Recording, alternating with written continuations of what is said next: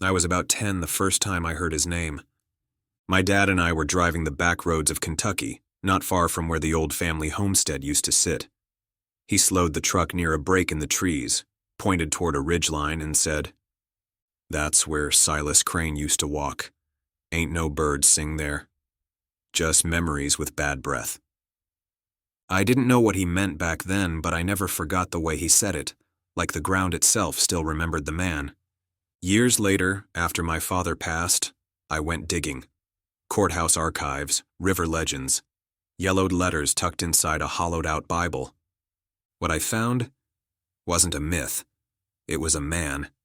A farmer, yes, a preacher, eventually. But before all that, he was a gunslinger. And like all men with a past full of smoke and blood, he never really put it down.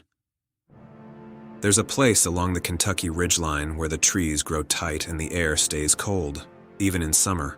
Locals call it Marrowbone Ridge. It's not on any map worth trusting. But if you ever find yourself near Louisa or Inez and you take a wrong turn into the woods, you just might hear the remnants of a name: Silas Crane. Chapter 1. The Boy from Marrowbone Ridge. Silas was born hard. 1811 if the gravestone guesses are true. His father, Elijah Crane, was a log runner on the Big Sandy River, killed in a fight over stolen whiskey. His mother, a Cherokee midwife with no last name, died coughing blood the following winter. By the time Silas was 6, he belonged to the hills. The ridge raised him rough. He slept in lean-tos, ate what he could snare or steal, learned to shoot from a man named Stoddard, a one-eyed trapper who claimed he fought at fallen timbers but smelled more like bear grease and bad luck. Stoddard gave him 2 things, a rifle and a single rule. You don't draw to scare, boy, you draw to end. By 13, Silas had put a man in the ground. By 15, he'd buried 3 more. Not out of cruelty, not for glory, but because life on the ridge didn't give second chances. Some men are forged in fire. Silas Crane was carved out of cold stone and mountain shadows.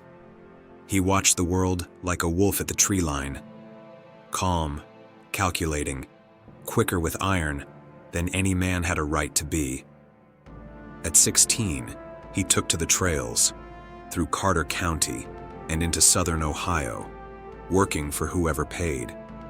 He didn't care for politics, but he had his own sense of justice and a memory like flint. The legend of Silas Crane begins here, on a cold Kentucky ridge, with a boy raised by shadows and a gun that never missed. Chapter 2. Bounties in Ohio. Silas Crane didn't ride north for money. He rode because the mountains behind him were full of ghosts. After Marrowbone Ridge, he crossed the Big Sandy into southern Ohio, trailing the back roads through Ironton, Portsmouth, and the old canal lines that fed the timber towns. His name wasn't known there. Not yet. But trouble don't need an introduction. Silas found work fast. Towns in Ohio were growing, and growing towns meant growing lawlessness. Barkeeps needed protection. Caravans needed riders. Judges needed quiet men to make noisy problems disappear. He took bounties in Marietta, Zanesville, and Chillicothe. Never stayed longer than a few nights. Didn't drink. Didn't talk unless he had to. But he was good. Too good.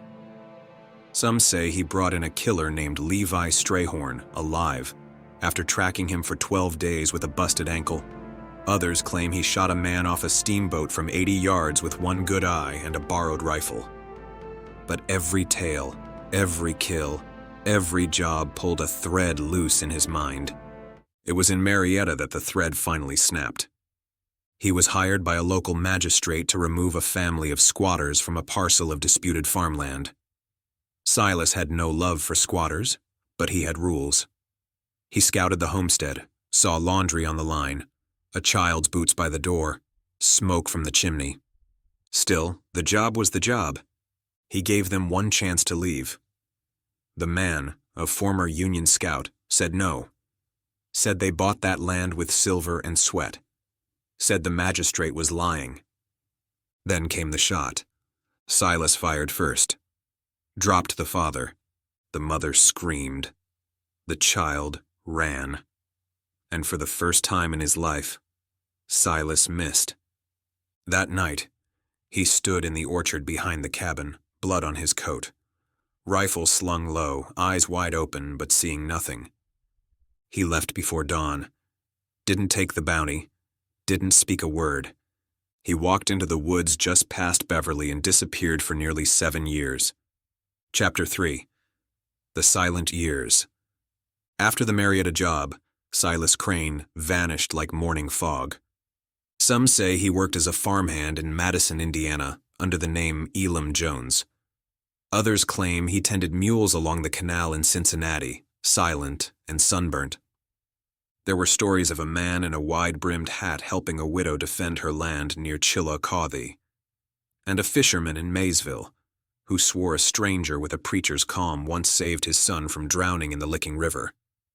But none of them ever heard the name Crane. It wasn't until 1856 that he surfaced again, in a place folks call Cain's Hollow.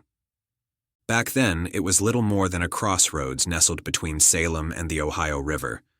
Silas came in on foot, carrying nothing but a satchel, a coil of rope, and a tattered Bible. He bought a patch of overgrown land from a war widow for $3 and a promise. Said he meant to farm. Said he meant to build something peaceful. And he did. The cabin went up by spring. A small chapel followed that fall, hand-hewn timber, a cross, and a bell. Folks started showing up, first out of curiosity, then in need. Silas never claimed to be a preacher, but he read scripture like he meant it, buried the dead when no one else would, laid hands on the sick and prayed over fields gone dry. People called him Reverend Crane. But to the men who watched closely, who knew the look of someone who'd seen blood and lived to regret it, he was still dangerous. He didn't carry a gun in town, but everyone knew there was one beneath the floorboards of that chapel, and it was clean, oiled, loaded. Silas Crane had traded vengeance for a hoe and a hymn book, but even mercy has a trigger. Chapter 4. Cain's Hollow. Cain's Hollow never had more than 40 people, a dry goods shack, and a chapel with no steeple. But when Silas Crane settled there, something shifted in the soil. The crops came in thicker. Fewer fights broke out on Saturdays. Strangers stopped riding through without reason. He kept to himself most days, rising before dawn, plowing with mule and muscle, breaking only for prayer and bread. On Sundays, he'd open the chapel door, dust off the benches, and read aloud from a worn Bible with pages mended by hand. No sermons, just scripture and silence. But that silence held weight. If you sat in the back row and listened long enough, you'd start to feel it, like each word came with a burden, and each pause carried something buried deeper than sin. The children called him Preacher Crane. The old men still called him Sir. He never married, though more than one widow left pies on his porch. He was kind but distant, and he had the sort of eyes that made liars rethink their stories. Trouble didn't last long in Cain's Hollow. A gambler from Louisville once tried to strong-arm the shopkeeper over a crooked card game. He left before sunup with a broken nose and a limp he never explained. A rustler from across the river tried stealing from the neighboring dairy. The next morning, he returned every last cow and left $1 more on the fence post. No one saw who visited him that night, but they heard boots on the porch and a soft voice say, "You got a chance to walk. Take it." It wasn't just fear that kept the town quiet. It was respect. Silas never raised his voice, never flaunted what he could do, but folks knew. The way he split logs, the way he moved when someone shouted down by the mill, how he never sat with his back to the door. He wasn't just the preacher. He was the line between peace and whatever waited past the tree line. And in the summer of 1863, something came out of that tree line. Raiders. Confederate deserters turned scavengers. men with no cause left but cruelty. They rode in like smoke, fast and angry, burned the schoolhouse, took the town's only horse, left the blacksmith bleeding on his own anvil. Silas stood in the chapel door, watching them pass. He didn't raise a hand, not yet. He waited. The town buried the blacksmith 2 days later. The widow sobbed through the psalm, and Silas didn't speak a word. That night, he lit a lantern, went into his root cellar, and what came out wasn't a preacher. It was the man Cain's Hollow had never met, but always knew was there, and he wasn't done yet. Chapter 5. Raiders at the river. They came at dusk. 6 of them, maybe 7, hard to say once the smoke settled. Confederate jackets with no insignia, horses slick with sweat, eyes full of hunger and rot. They weren't soldiers anymore. They were wolves, thieves, or both. Cain's Hollow didn't stand a chance. No law, no militia, just tired men, old farmers, a few rusted shotguns, and Silas Crane. The raiders rode straight for the chapel. The bell rang once as they passed, but no one pulled the rope. Inside, Silas waited in the back pew, coat folded beside him, gun on the table.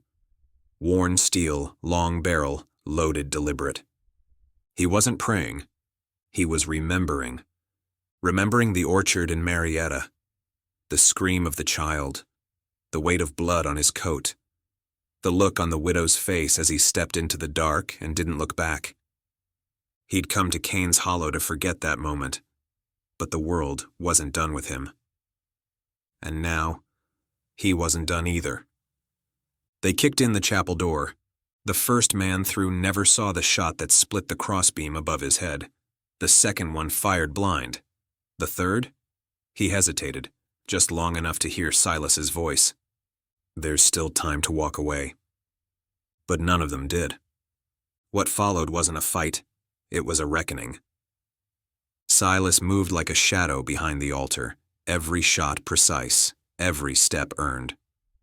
The floorboards cracked beneath his boots, and the air filled with smoke and thunder. The last man made it out the door and onto his horse. But he didn't make it past the tree line. When the smoke cleared, Cain's Hollow was silent again. They found Silas in the field the next morning, beneath a red oak tree that hadn't yet turned for fall. His coat was folded neatly at his side. The gun lay across his chest. His eyes were closed, his breath gone. There were no wounds, just peace. The people buried him behind the chapel, beneath a simple stone with his name and a quote, carved with a steady hand long before anyone knew the story. "Vengeance is mine. I will repay, saith the Lord." No one ever saw another raider after that. The chapel still stands, and when the wind blows just right through Cain's Hollow, it carries more than dust and leaves. It carries memory. Of the farmer who was once a gunslinger. Of the preacher who never raised his voice, but always stood his ground. And of a man named Silas Crane who gave the land back its peace and took its ghosts with him. Thanks for joining us. Don't forget to like, subscribe, and hit the bell for more incredible stories. Until next time, happy hunting.